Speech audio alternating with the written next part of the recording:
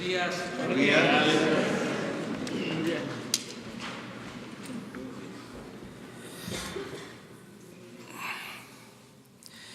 Bueno, el día de hoy vamos a informar sobre algo que considero muy importante en el propósito de acabar con la corrupción y de acabar con la impunidad, que van siempre de la mano, corrupción e impunidad, que ha sido el principal problema de México, sobre todo en el periodo llamado neoliberal. Nada ha dañado más a México que la deshonestidad, la corrupción política. Esa es la causa principal de la desigualdad económica, social, de la inseguridad, de la violencia, de todo. Es el cáncer de México, la corrupción, aparejada, repito, de la impunidad. Por eso, ayer fue un día especial.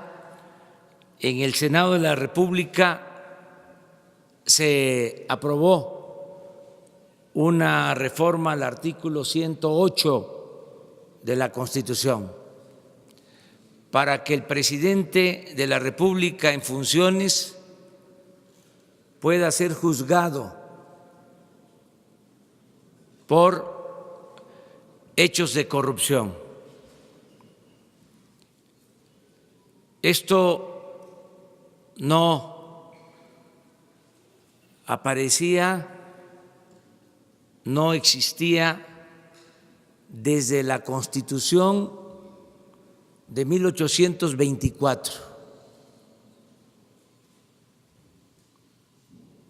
Ahora, a partir de esta reforma, de aprobarse en la Cámara de Diputados, en los congresos locales, se podrá juzgar al presidente en funciones por hechos de corrupción.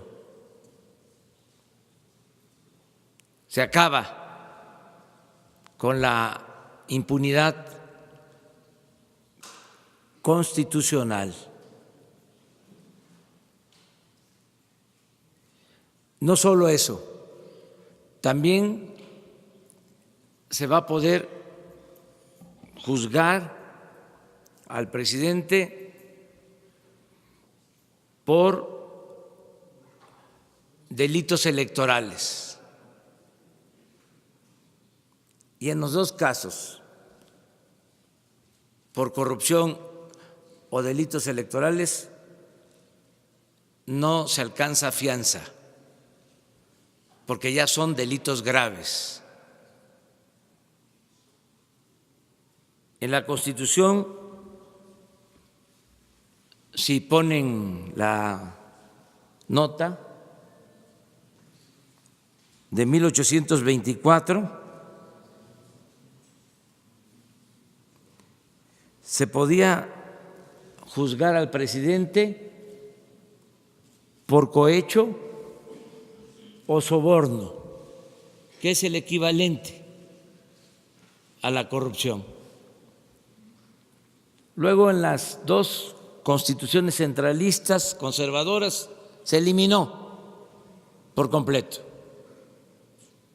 Se le dio impunidad al presidente. Ya ven cómo son los conservadores, muy corruptos. En las 7 leyes de 1836 y en la del 43. En la Constitución Federal Liberal de 1857 se agrega de que puede juzgarse al presidente por delitos electorales, por traición a la patria, pero no por corrupción.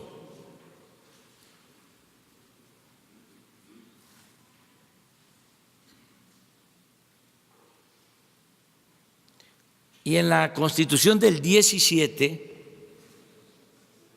tan importante para la vida pública de México, no está el que se juzgue al presidente por corrupción, que es la Constitución vigente en el artículo 108. Y se quita, y esto es muy importante de subrayar, que se podía juzgar al presidente, como lo establecía la Constitución de 1857, por delitos electorales. Se quita en la Constitución de 1917, porque se daba paso a un régimen presidencialista por completo. Ahora, en la reforma al artículo 108,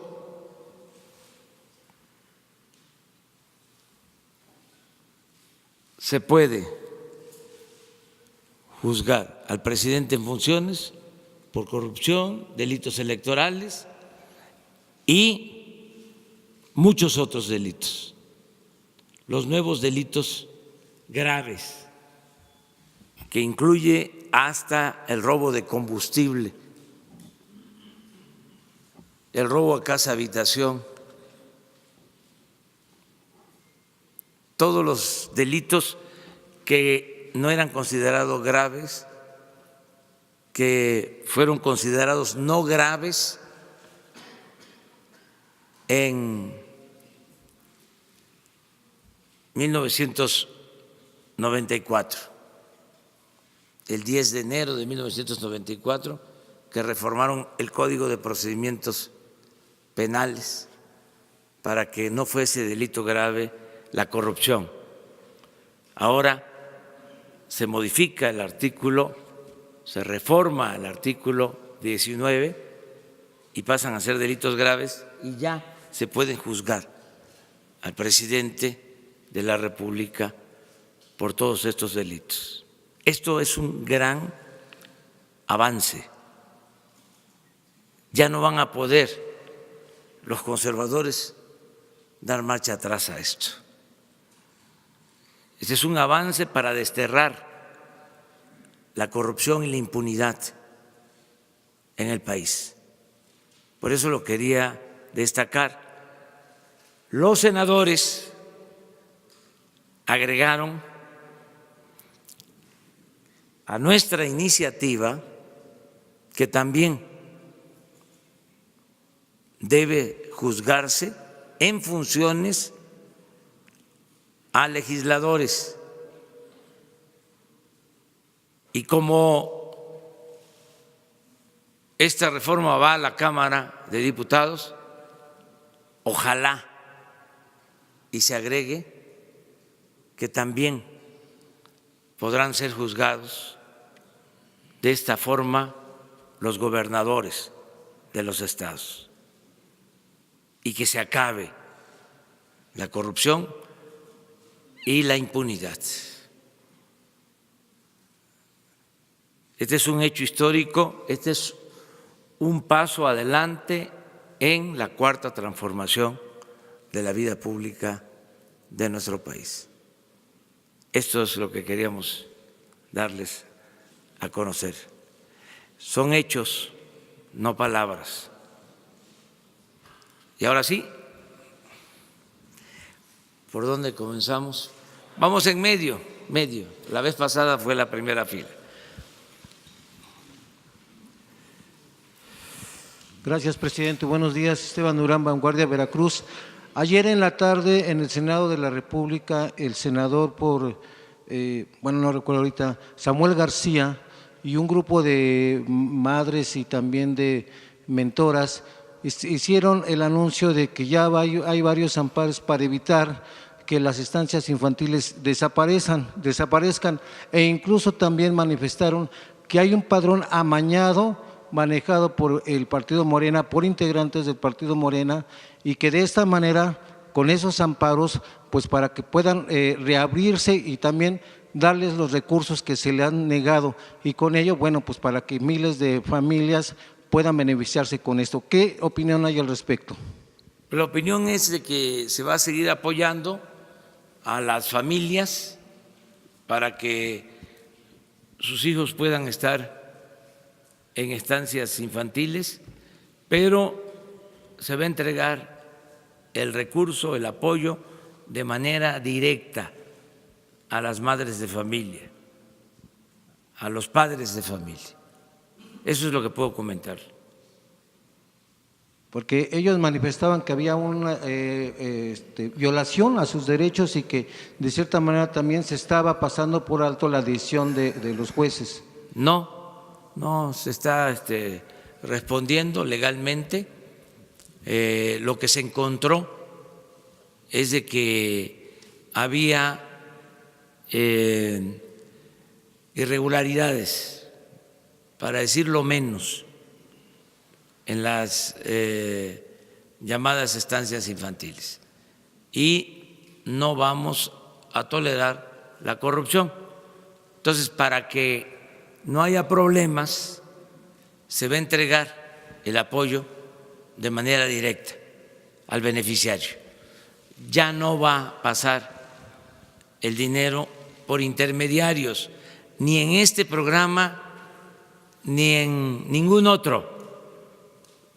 Este es un cambio, y desde luego que a los que recibían los recursos para ellos entregarlos, pues no les gusta el cambio, pero ya no vamos a permitir que se queden los fondos públicos en manos de intermediarios, o que haya corrupción, que haya moche, que haya piquete de ojo. Es de la Tesorería de la Federación al beneficiario, directo, y que la gente que recibe el beneficio decida libremente. El ciudadano no necesita tutela, es mayor de edad. Entonces, así se va a seguir actuando en todo, en general, y desde luego respetando las decisiones de los jueces y del Poder Judicial. Allá vamos en medio. Damos una pasada ahí. ¡Pum! Buenos días, señor presidente. Augusto Otalde, Campechaneando y Cocinando la Noticia en YouTube. Y tengo una pregunta muy sencilla. Según el Consejo Nacional para Prevenir la Discriminación, la CONAPRED, la discriminación laboral por concepto de edad comienza a los 35 años. Según datos del INEGI, alrededor de 470,000 personas mayores de 40 años se encuentran desempleados a pesar de tener la capacidad para realizar algún trabajo. Mi pregunta es la siguiente: ¿existe algún proyecto de programa para incentivar a las empresas a incluir a las personas de entre 40 a 60 años a integrarse al mundo laboral para darles una certeza y una seguridad social? Gracias. Sí, es muy buena tu pregunta, porque en efecto hay una edad en que ya no se contrata a trabajadores, o así era. Anteriormente había esa concepción de que era mejor contratar a los jóvenes que a personas mayores. En este periodo de más de 40 años hasta 60.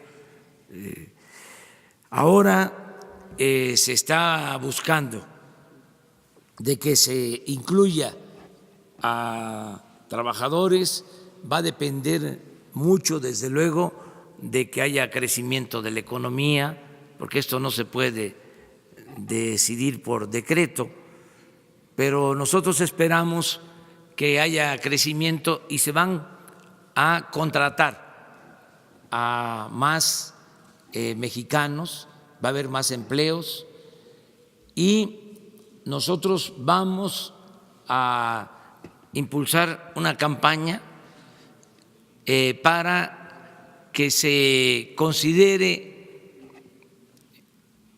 como algo importante la experiencia. En países que tienen buen nivel de crecimiento económico, se está poniendo como requisito la experiencia. Es el caso, por ejemplo, de los directivos del gobierno de China. Están optando por gente mayor, por la experiencia. Los jefes de Estado más importantes en el mundo son gentes mayor, con experiencia. Es el caso de China, es el caso de Rusia, es el caso de Estados Unidos, pero esto también se está dando en lo que suele llamarse el mercado laboral. Es muy importante la experiencia. Aquí en México vamos a fomentar el que se contrate a personas con experiencia, que se valore lo de la experiencia. Es un poco, guardadas todas las proporciones, el que estamos insistiendo en que sí influye en el crecimiento económico el que no haya corrupción, porque era una variable que no tomaban en cuenta. Entonces, son de los cambios que se van a promover. Y en el caso del gobierno nuestro, se le da oportunidad a los jóvenes, pero nos importa mucho la experiencia, nos importa bastante la sabiduría. Y la gente mayor tiene mucha sabiduría. Entonces, así contesto tu pregunta, pero es un reclamo, o sea, yo lo recojo mucho, de que después de los 40 hasta los 60, en ese periodo, en ese tramo de la vida, ¿sí?, ya cuesta más trabajo conseguir empleo. Vamos allá. ¿Sí? ¿Ustedes?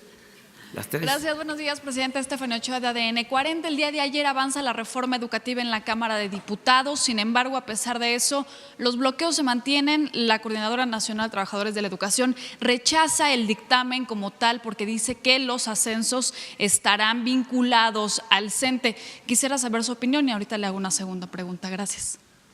Bueno, mire, yo he dado instrucciones a Esteban Moctezuma que de toda la información y todas las facilidades a las organizaciones magisteriales. Si ya hicimos lo más importante, que es rechazar la mal llamada reforma educativa, pues que quede bien, que no haya excusas, porque hay grupos, lo digo con todo respeto, que son muy conservadores, con apariencia de radicales, y lo que quieren es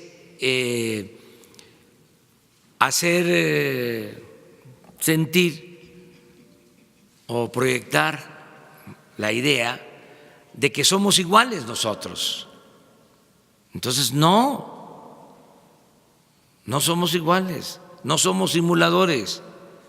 Entonces, la instrucción que tiene el secretario de Educación es que escuche a todos los grupos, que les explique, no va a haber evaluaciones punitivas, no es el propósito afectar los derechos laborales del magisterio, se cancela por completo la reforma educativa.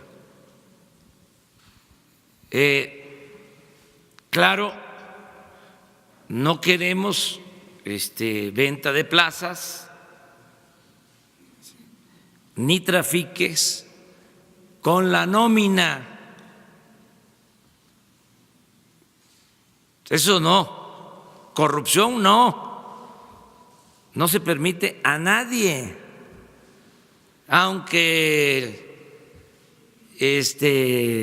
sean los más radicales o extremistas, de izquierda o de derecha. La corrupción no se permite a nadie, se acabó en el país. Ya no hay corrupción tolerada desde el gobierno, pero en todo aquello que pueda significar el que se mantengan disposiciones que afecten a los maestros, he dado instrucción que se quite todo, porque no les voy a dar el gusto a los conservadores de que digan de que somos iguales. No, voy a pedirle a Esteban Moctezuma que hable con los maestros, que dialogue con ellos, que informe y que se quite todo lo que pueda ser utilizado como pretexto para que puedan vociferar de que somos iguales. No es así. Entonces, si hay dudas sobre algunas disposiciones en las reformas, que se aclare. Estamos en la mejor disposición de eso. Presidente, y la segunda pregunta, estamos por concluir el mes de marzo. Quisiera saber cuál es el reporte que le dan las dependencias federales del total de las pipas que se adquirieron en Nueva York y que ya llegaron al país. ¿Cuántas han llegado y cuántas están operando? Están ya alrededor de 300 disponibles. Hay un proceso de verificación que pasa por revisarlas en lo mecánico hasta rotularlas. Pero ya ayer, antier, nos dieron el informe. Hoy le voy a pedir, para contestar bien tu pregunta, a Jesús que les entregue ese informe. Son alrededor de 300. Buenos días, María Fernanda Navarro de Forbes México. Preguntarle, presidente, usted ha expresado que quiere convertir al país en potencia económica y ha resaltado la importancia de los empresarios en la inversión y la actividad productiva.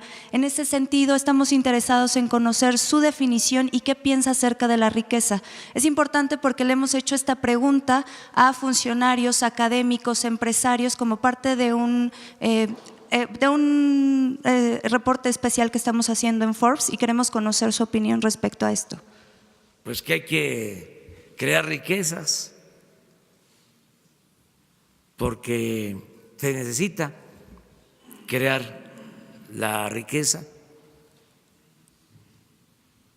pero debe de distribuirse con equidad. No se trata nada más de acumular riqueza, se trata de crear la riqueza y que haya una distribución, los técnicos dicen, del ingreso, yo digo de la riqueza, una distribución justa, que no se acumule, que no haya desigualdad, como ha sucedido en nuestro país, que hay una monstruosa desigualdad económica, porque muy pocos concentran mucho y los muchos tienen poco, o a veces nada. Entonces, hay que crear la riqueza y distribuirla, pero sí se necesita crearla, porque no se puede distribuir lo que no se tiene. Si no creamos la riqueza, ¿qué distribuimos? Por eso es importante que participe en la creación de la riqueza el sector privado, la inversión privada, nacional y extranjera. Pero también por eso es importante la función del Estado, para que esa riqueza que se genera, también con la participación del trabajo, porque la riqueza se produce con capital y con trabajo, que el Estado procure que se distribuya y que haya justicia. Una diferencia con los neoliberales es que ellos nada más piensan en la creación de la riqueza y no en la distribución. Por eso tampoco quieren al Estado, o lo quieren nada más como policía. Nosotros queremos las dos cosas, que se genere la riqueza y que el Estado cumpla con su responsabilidad social de que haya bienestar. Y yo creo que lo que mejor define lo que queremos es una palabra: desarrollo, porque en el periodo neoliberal se dejó de usar la palabra desarrollo y se cambió por crecimiento, y no es lo mismo. Crecimiento es que haya riquezas, desarrollo es que haya riqueza y bienestar, progreso y justicia. En una segunda pregunta, tanto Alfonso Romo como ayer el subsecretario de Hacienda mencionaron que se está preparando un recorte para las secretarías. A mí me gustaría saber en ese sentido qué tipo de recorte va a ser y enfocado en qué áreas, si ya se tiene determinado qué secretarías van a sufrir estos recortes y si esto implica que va a haber un recorte de personal aún más fuerte. No. También eso es distinto a la antigua política neoliberal. Ya en la etapa del post-neoliberalismo en la que nos encontramos, los recortes, los ajustes no se vinculan al despido de trabajadores. Acá son ahorros, es austeridad, que es un concepto distinto. Es lo que decía el presidente Juárez: que el servidor público aprenda a vivir en la justa medianía. Entonces, son ahorros porque ya no hay lujos en el gobierno. Ayer se dio a conocer, por poner un ejemplo, que ya está en el portal de la ONU, en una de las oficinas de la ONU, el anuncio de la venta del avión presidencial. Estamos calculando que con la venta de ese avión y con la venta de toda la flotilla de aviones y de helicópteros que tiene el gobierno, se van a ahorrar alrededor de 10,000 millones de pesos. Ustedes saben que en el sexenio pasado, nada más de helicópteros para el traslado de funcionarios, claro, de los machuchones, compraron 6 helicópteros nuevos. Entonces los 6 se van a vender, y aviones también, pero lujosos. Ese avión que está en venta ahora no lo tiene ni Donald Trump, con todo respeto. Entonces, es ahorrar, y así vamos a tener muchos fondos, muchos ahorros, porque no hay despilfarro,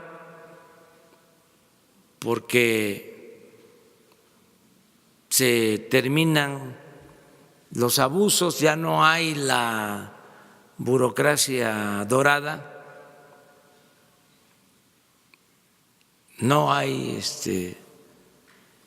los altos funcionarios públicos que se dan la gran vida, no hay viajes al extranjero, viáticos, séquitos, hacían viajes al extranjero, llenaban, no solo iba un avión, 2 aviones, a veces hasta 3, todo pagado. Atendían muy bien a los periodistas, con todo respeto. Y se llevaban hasta al perico. Ya eso se acabó, se terminó. Ahora yo celebro y reconozco que los medios de información nos están acompañando, pagan sus gastos, o sea, sus boletos, sus comidas, todos los que nos están cubriendo en las giras. Todo esto es muy importante,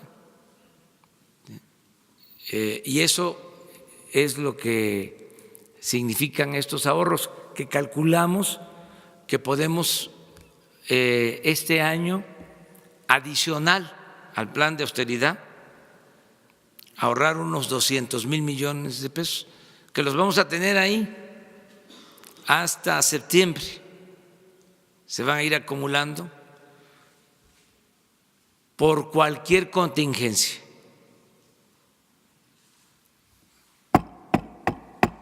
Toco madera, pero vale más tener una reserva.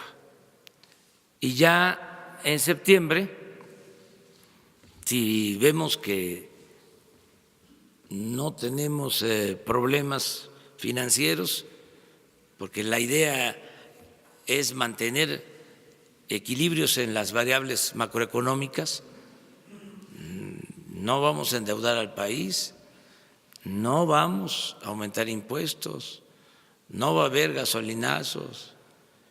Entonces, si vemos que continúan las cosas como hasta ahora, que afortunadamente vamos muy bien, que va bien la recaudación, que no tenemos inflación, que no se ha afectado el peso, nuestra moneda, que hay estabilidad económica, financiera. Si seguimos así, en septiembre reforzamos programas que ya están en marcha. Esto es, que tengamos más recursos para las tandas del bienestar, que tengamos más recursos para explorar y perforar pozos petroleros, que tengamos más recursos para avanzar en la modernización de las refinerías, en fin, con ese propósito, es el ahorro. Nada más que terminamos con las compañeras. Gracias, buenos días, señor presidente. Nareli Palomares, de Azteca Noticias. Esta madrugada el presidente de Estados Unidos, Donald Trump, vuelve a remitir a través del Twitter con la actitud que él asegura que México no está haciendo nada, cita textual, para detener el flujo de inmigrantes a Estados Unidos. Llama la atención que es luego de 2 días de la reunión de la Secretaría de Gobernación con la Secretaría de Seguridad en Estados Unidos, de Seguridad Nacional, y donde la misma Secretaría de Gobernación anunció ayer una serie de medidas que acordaron, sobre todo para tratar de contener la llamada caravana madre que se está conformando en Honduras. Preguntarle, si bien usted ha sido muy mesurado, muy respetuoso con las posturas del presidente de Estados Unidos, preguntarle si después de estas declaraciones a través de Twitter buscaría un diálogo un poco más directo, algún tipo de comunicación para poder solventar este tipo de opiniones. Gracias. Se tiene comunicación permanente. Acaba de darse esta reunión, se está atendiendo el tema, estamos insistiendo en que deben atenderse fundamentalmente las causas que originan la migración. Por eso pensamos que lo mejor es la cooperación para el desarrollo. Nosotros ya estamos trabajando en el sureste y va a haber más posibilidades de trabajo, de empleos en el sureste de nuestro país, pero se necesita atender el desarrollo en Centroamérica, porque la mayor parte de los migrantes son centroamericanos. Entonces, si están creciendo los flujos migratorios, es porque no hay opciones, no hay alternativas en Centroamérica, y hay que procurar que se le brinde oportunidades de trabajo, de bienestar a la gente. Esa es nuestra postura. Y también que la migración, los que pasan por nuestro territorio en busca de trabajo hacia Estados Unidos, pues que actúen con respeto a nuestras leyes, que sea una migración ordenada y que al mismo tiempo se procure que no haya violaciones a derechos humanos. Todo esto también requiere de que no se permita el tráfico de personas, que haya más cuidado de todos los países, no solo de México, y en eso estamos, y vamos a ayudar nosotros en todo lo que podamos, no queremos de ninguna manera confrontarnos con el gobierno de Estados Unidos. Vamos a mantener una relación muy respetuosa con el gobierno de Estados Unidos y con el presidente Donald Trump. Esa es mi postura. ¿Se podría decir nada más que respeta su postura, pero no la comparte? Es que él tiene una visión que respeto yo,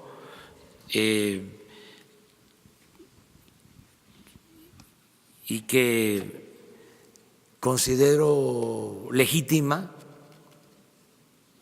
pero nosotros tenemos como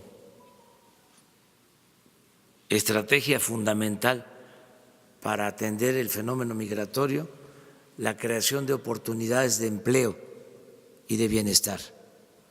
Nosotros queremos que la migración sea opcional, no obligatoria.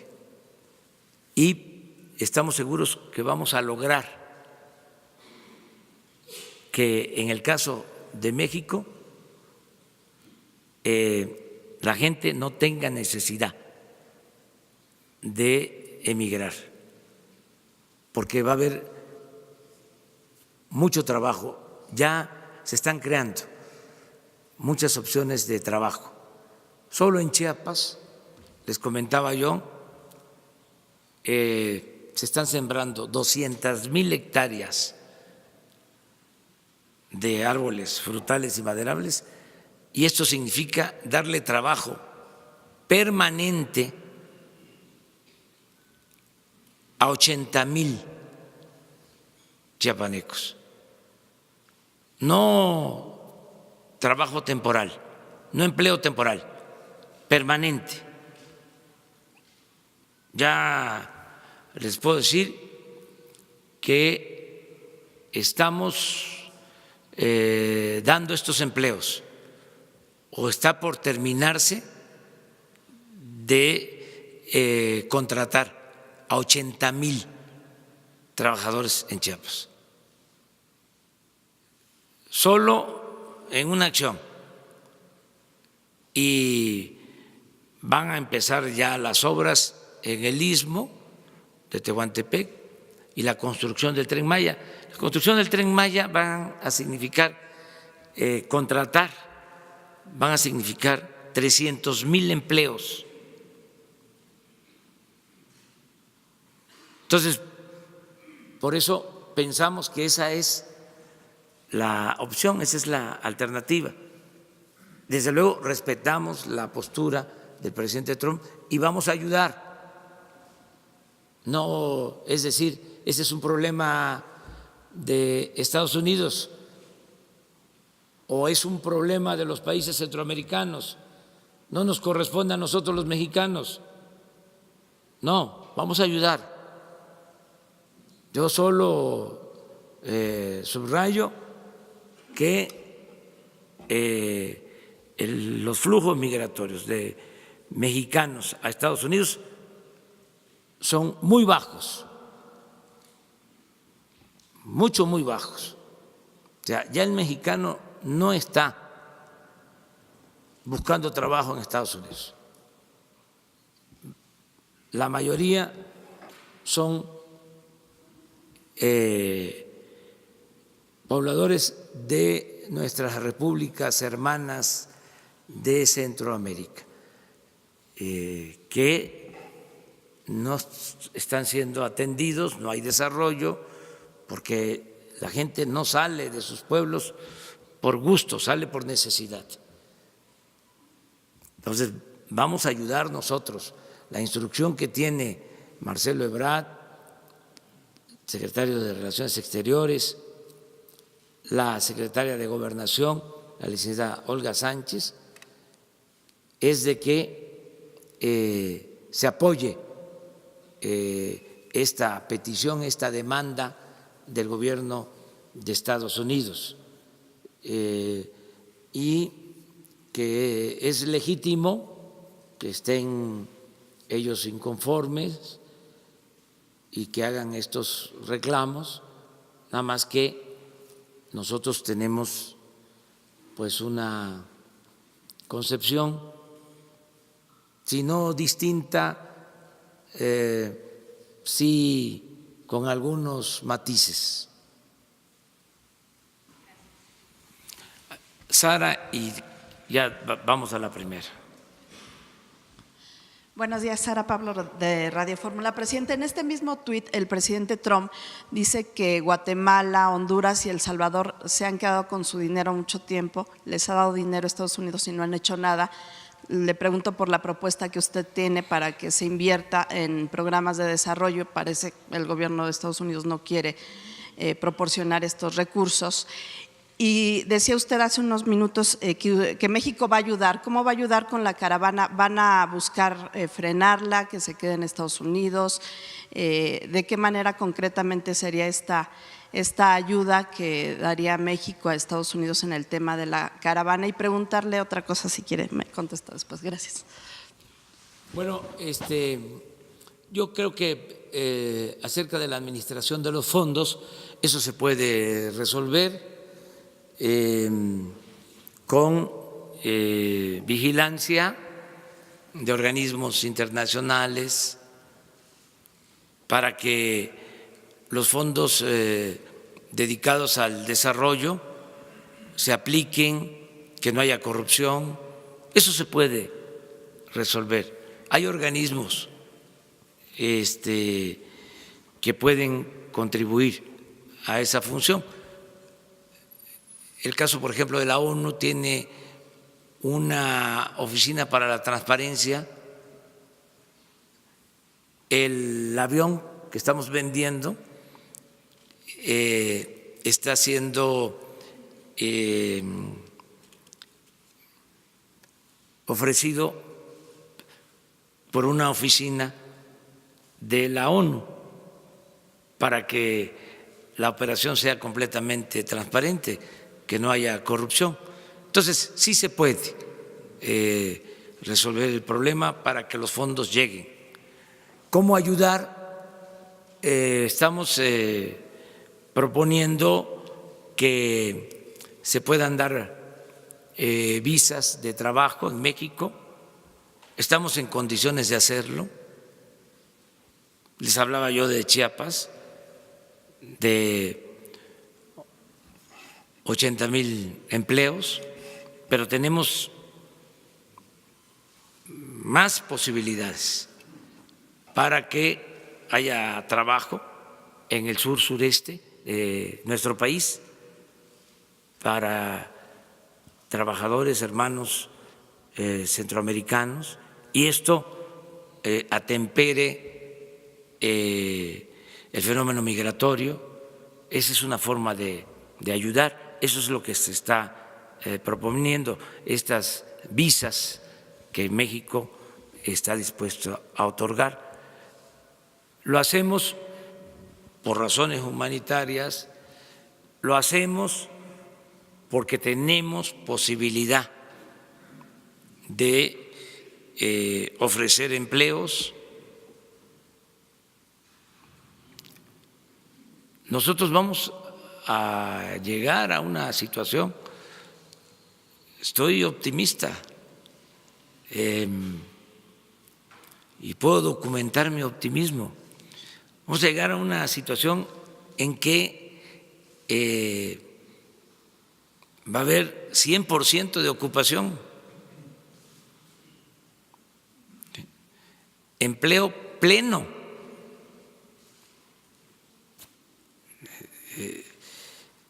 Entonces, sí vamos a poder ayudar de esta manera. Entonces, es por razones humanitarias, podemos ayudar con empleo para atemperar, para reducir el flujo migratorio de Centroamérica hacia Estados Unidos, y que haya comunicación constante para que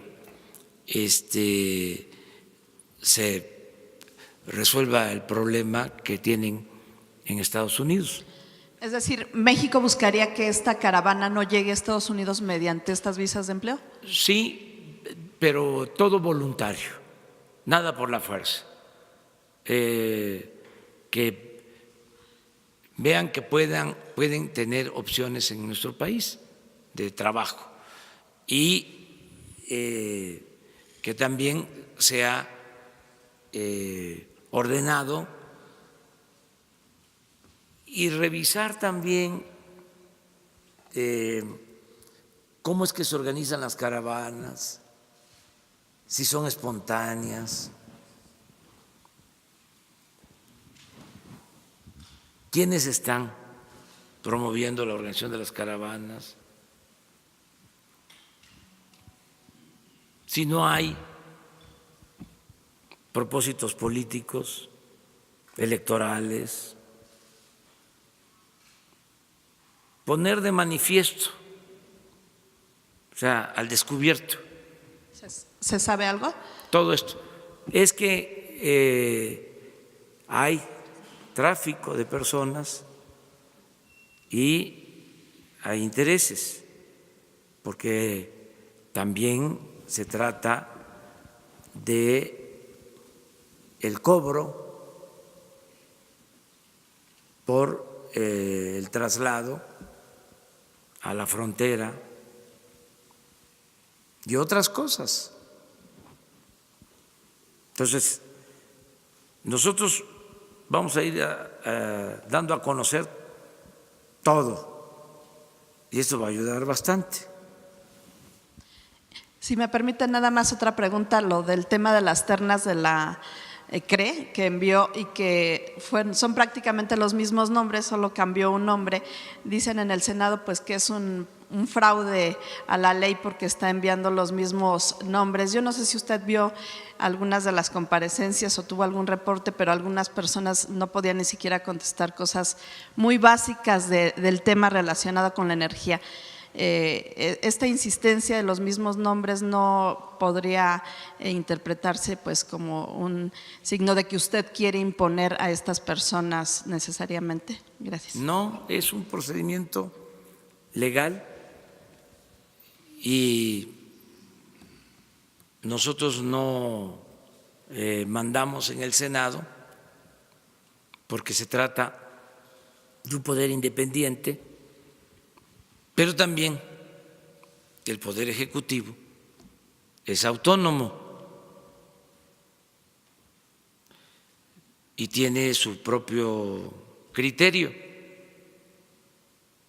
Para nosotros, los propuestos cumplen con los requisitos, son técnicos de primera.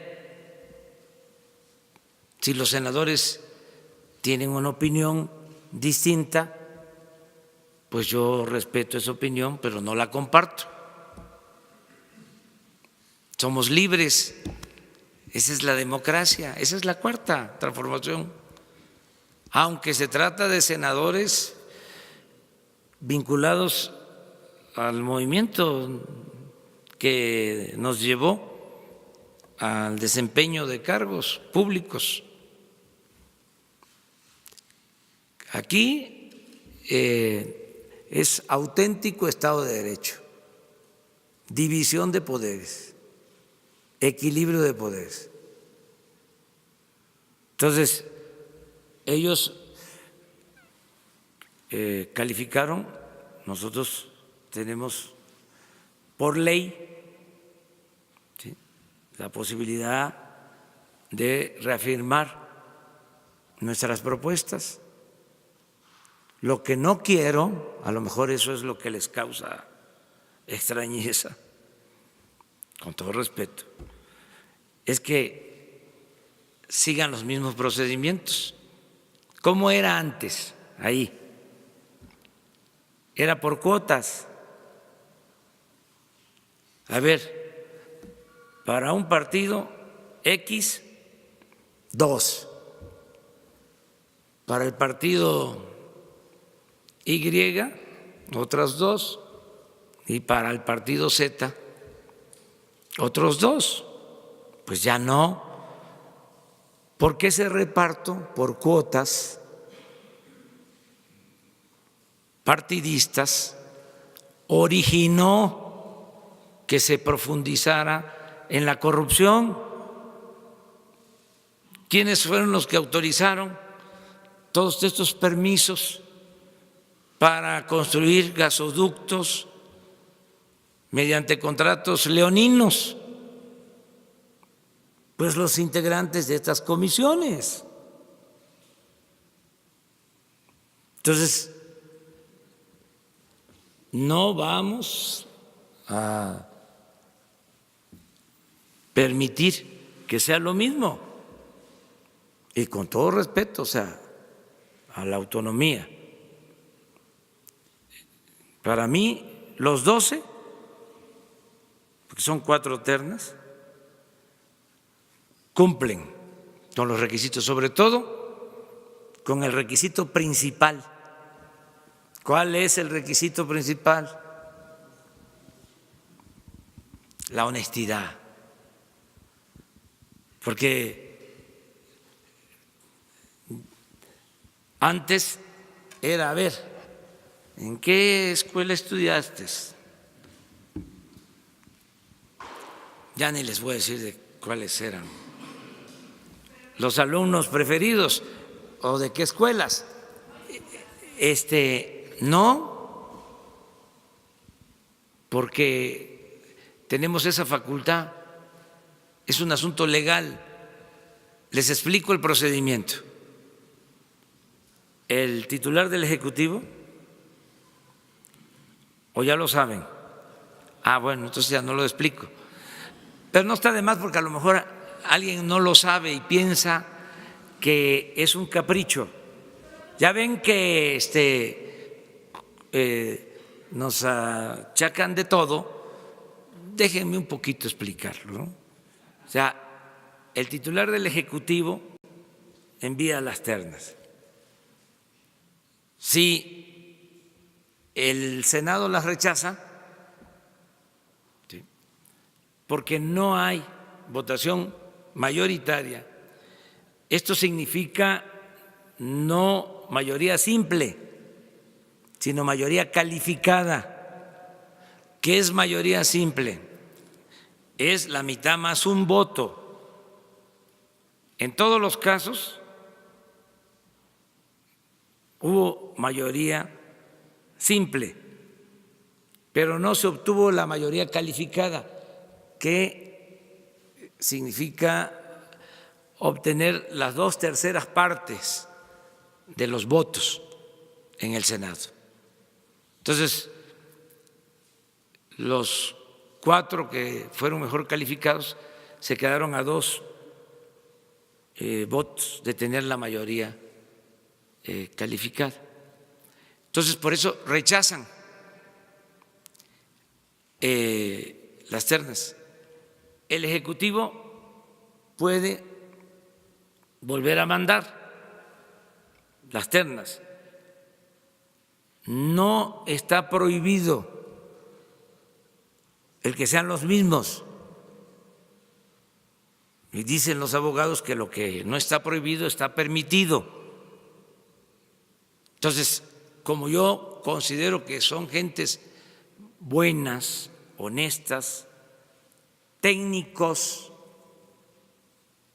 hay un miembro de la terna que les comentaba yo, es el mejor refinero de México, el que sabe más de refinación en este país, el ingeniero Celestino, que hasta me dio mucho gusto pues decir, tiene 85 años y es un experto. Los que verdaderamente saben de cuestiones de petróleo entienden lo que les estoy expresando a ustedes. Entonces, imagínense rechazar al maestro, al ingeniero Celestino. Entonces, ¿cómo no lo voy a volver a mandar? Si es el mejor que hay en el país en materia de refinación. A lo mejor esto no lo sabían los senadores. Entonces ahora con más tiempo pues van a indagar. Entonces ese es el procedimiento que estamos siguiendo. Por eso se regresaron las ternas de esa forma. Pero todo es en el marco de la legalidad y con respeto. Y no tenemos por qué siempre estar de acuerdo. El pensamiento único tiene que ver con el conservadurismo, con el autoritarismo. La pluralidad es consustancial a la democracia.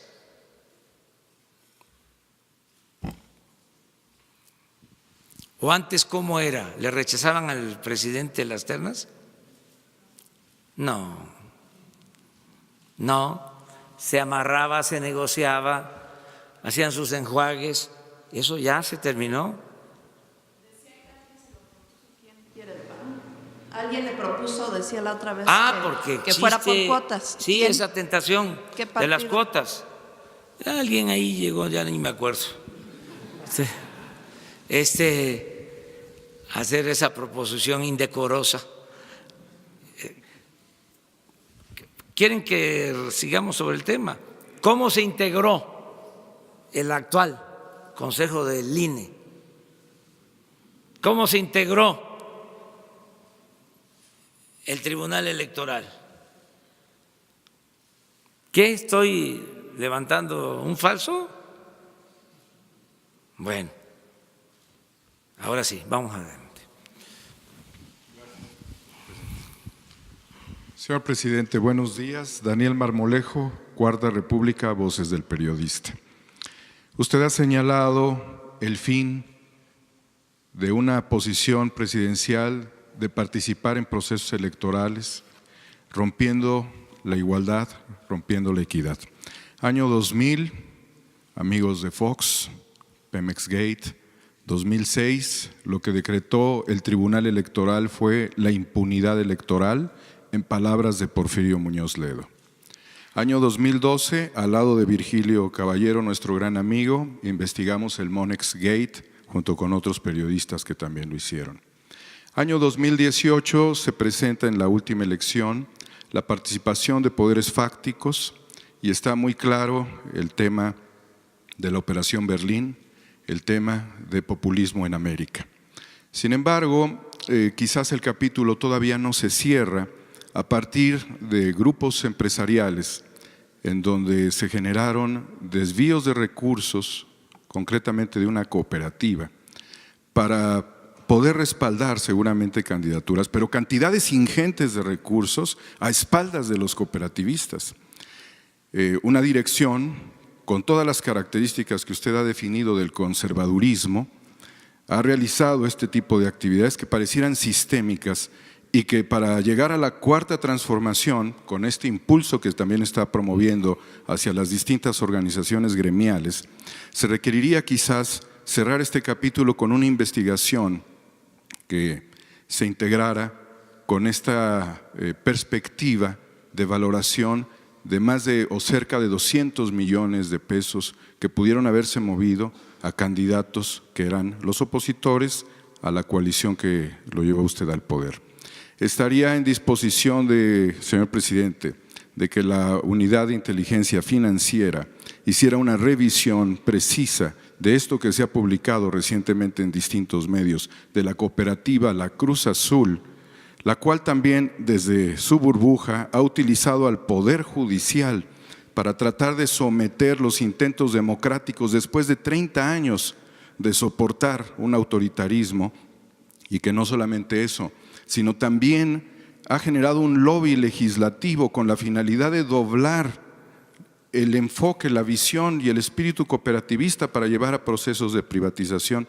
¿Estaría usted en condición de que se promoviera una investigación abierta a este tipo de participaciones ilícitas de recursos para campañas electorales y tratar de complementar esto que usted ha señalado? Esa es mi primera pregunta y tengo una más. Pues sí, es cosa de que se solicite a Hacienda, a la Oficina de Inteligencia Financiera, si existen elementos, si hay pruebas de la intervención de la cooperativa en procesos electorales, y la instrucción que tiene Santiago Nieto, que es el responsable de la Oficina de Inteligencia Financiera de Hacienda, es que no se oculte ningún dato. Y no solo eso, que se proceda, que cualquier elemento que signifique o que pueda representar un posible delito sea denunciado ante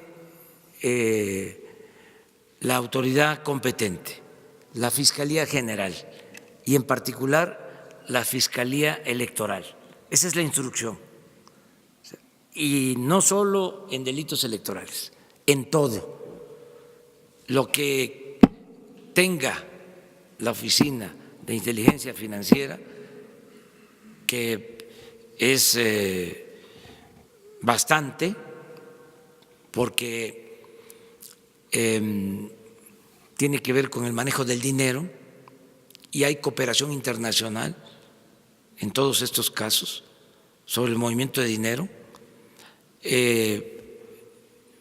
debe de ser denunciado. No nos vamos a quedar con información que deba de conocer la Fiscalía General y la Fiscalía Electoral en el caso que se trate. La siguiente pregunta, señor presidente, se la quiero dedicar a mi amigo Virgilio Caballero y a dos periodistas que están en riesgo sus vidas, Celeste Sáenz de Miera y el maestro Juan Bautista de Voces del Periodista, que le mandan saludos porque el sistema les está funcionando bien de protección para defensores de derechos humanos y periodistas. La pregunta tiene que ver con un hecho ocurrido en 1972 en el seno de Naciones Unidas, cuando el presidente Allende sube para defender al Estado de los poderes fácticos y concretamente lo hace causando una ovación en el capítulo que sería al inicio del neoliberalismo prácticamente. En el caso de asistir a Naciones Unidas, ¿refrendaría usted ese discurso y la persona del doctor Salvador Allende? No conozco ese discurso, conozco otros. Tengo una gran admiración por el presidente Allende y hablo como si viviera, porque es de los hombres que nunca mueren. Eso es lo que pienso de él. No sé si voy a ir a la ONU, lo estoy pensando, vamos a ver cómo se presentan las cosas. Nosotros queremos llevar una muy buena relación con todos los gobiernos del mundo y vamos a defender nuestros principios, nuestros ideales, sin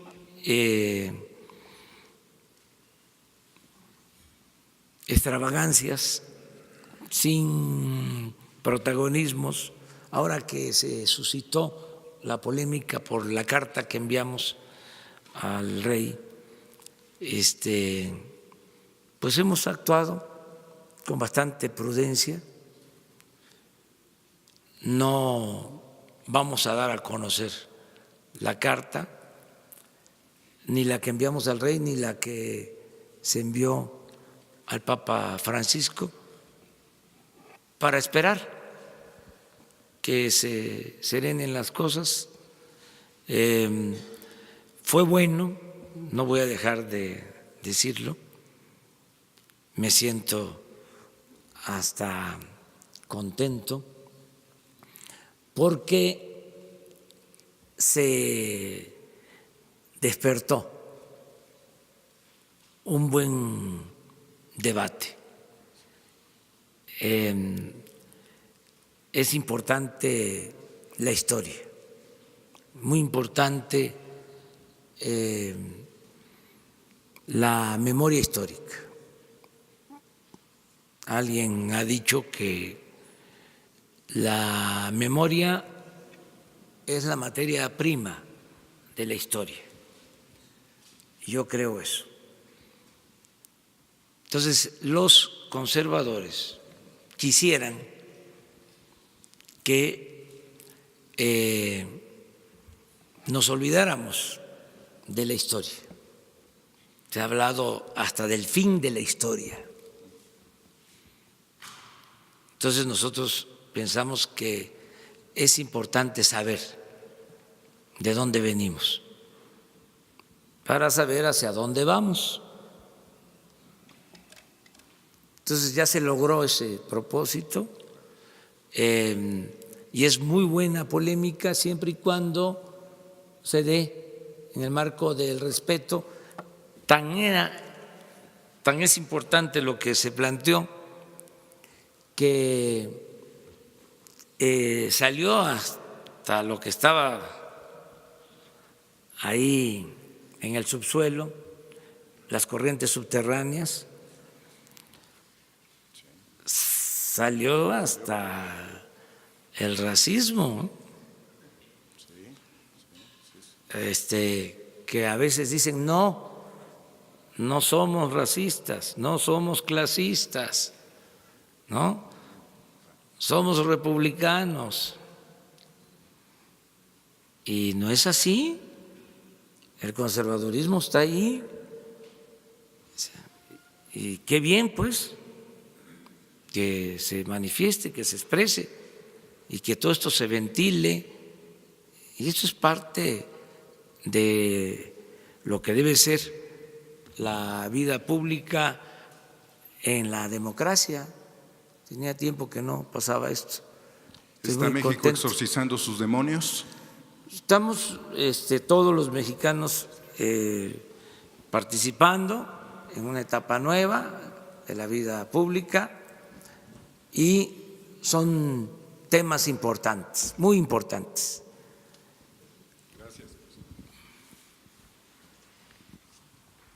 Buenos días, señor presidente. Omar Caballero, de Noticieros HOTV. Vengo planteando un tema que hemos estado investigando.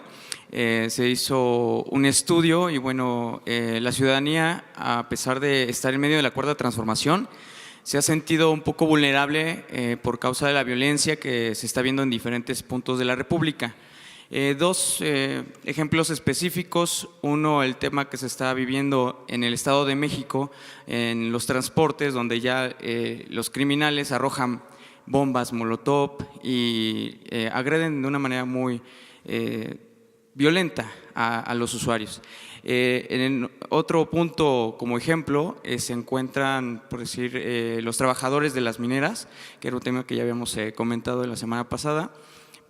Y lo que está ocurriendo en la mina, permítanme, en la mina de Nuevo Limón, no sé si ubique la nueva mina a cielo abierto, donde se encuentran también algunos mineros pues atacados por la mina, pero la violencia que se genera a raíz de las concesiones junto con los mismos organismos públicos que no respetan sus posiciones sindicales o su posicionamiento social dentro de estas áreas. Y la segunda pregunta corresponde a ¿qué opinión tendría usted de que los expresidentes de la época neoliberal le enviaran una carta pidiéndole perdón a la sociedad por la entrega de tantos recursos y bienes de la nación a extranjeros y a otros organismos? Sabemos que va a respetar las concesiones, que va a respetar también los contratos, pero se han atropellado muchas cosas. Entonces, ¿qué opinión tendría usted de que los expresidentes pidieran perdón y que le enviaran una carta a usted pidiendo perdón? Gracias.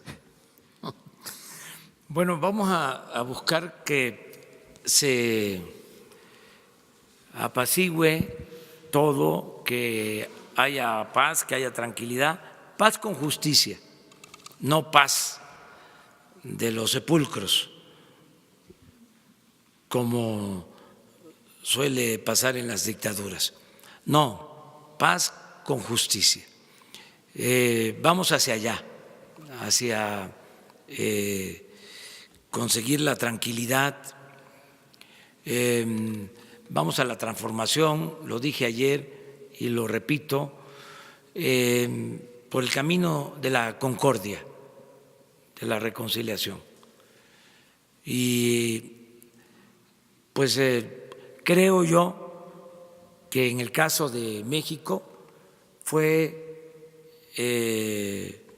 una bendición el que se haya terminado, se haya cortado de tajo con el periodo neoliberal. ¿Ya qué más podemos pedir? Sí, estaban a punto de terminar de desgraciar al pueblo de México y se dio un cambio para transformar al país. Somos, la verdad, afortunados. Es una dicha enorme estar viviendo este proceso.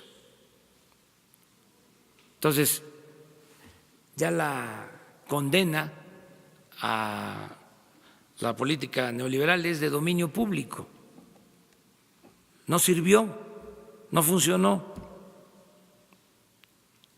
Y bueno, no estaría mal que ofrecieran disculpa, pero si no lo hacen, ya con lo que hizo la gente el día 1 de julio del año pasado, pues ya se reparó el daño,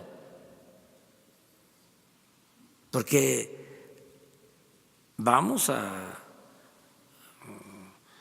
recuperar a nuestro país, vamos a lograr el renacimiento de México, aún con todo el saqueo que hubo. ¿Sí? México va a resurgir, porque es tanto lo que tiene nuestro país en recursos naturales, son tantas sus riquezas que no han podido acabarlas en siglos de saqueo.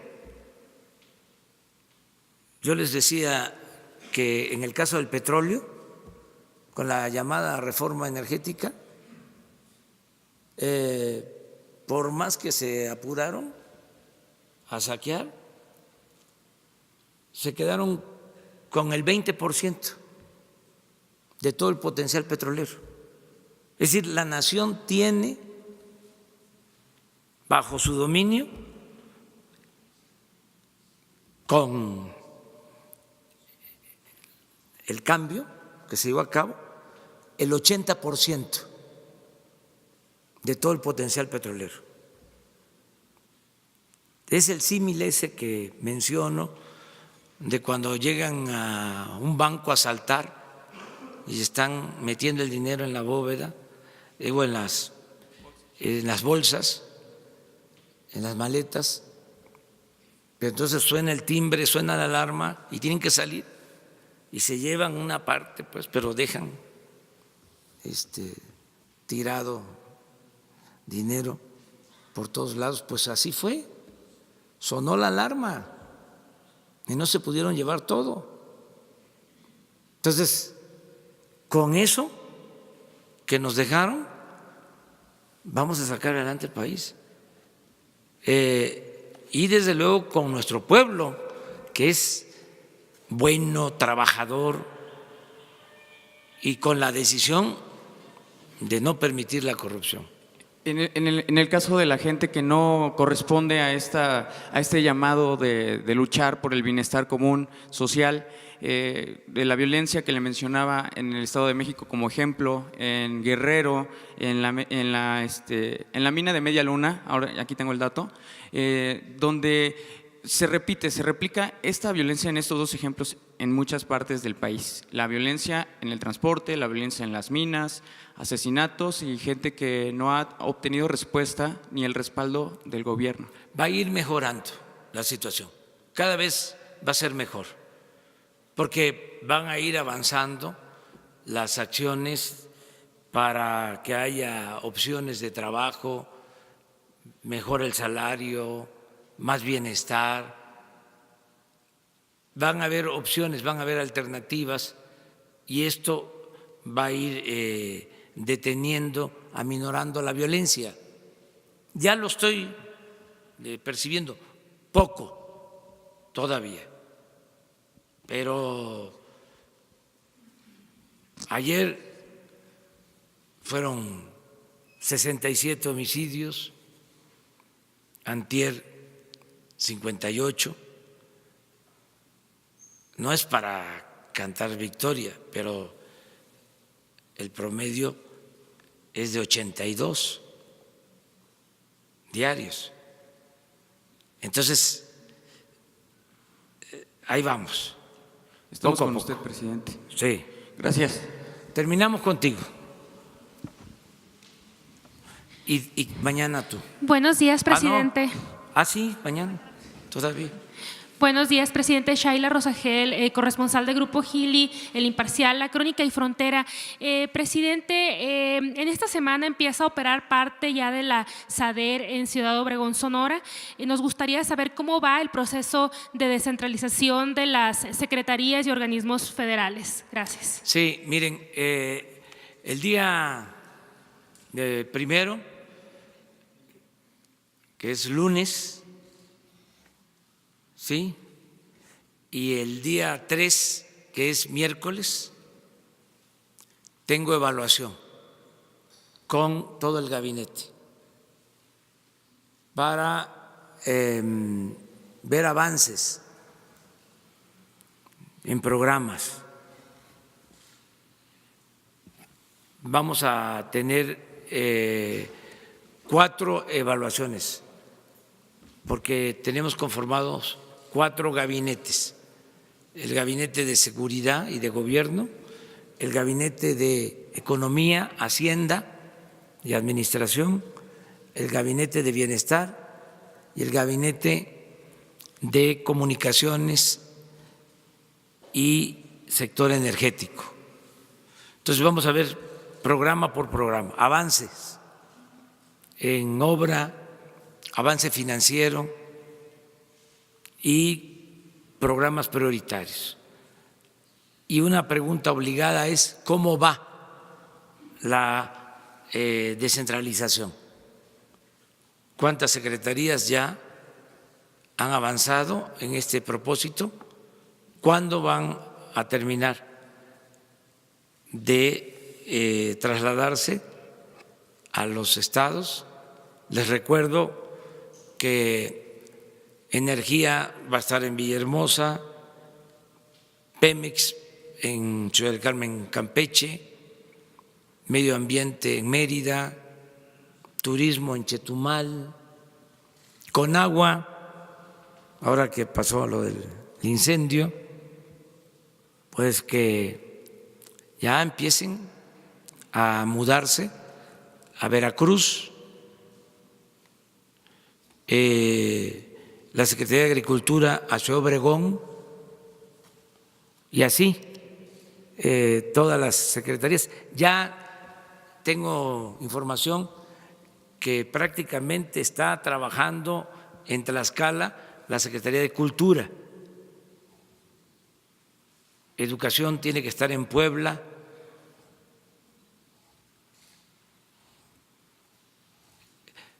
Bienestar en Oaxaca. La Comisión Federal de Electricidad en Tuxtla Gutiérrez, Chiapas. Ya está minería en Chihuahua. Tiene que estar aduanas en Nuevo Laredo. O sea, la descentralización del gobierno va, claro, es un proceso también los primeros que tienen que mudarse son los directivos, los trabajadores de confianza, los trabajadores de base sindicalizados, hasta que haya condiciones y que estén de acuerdo, porque es voluntario. Es ofrecerles que van a mejorar. Esto es que van a tener vivienda, educación para sus hijos, y si están de acuerdo.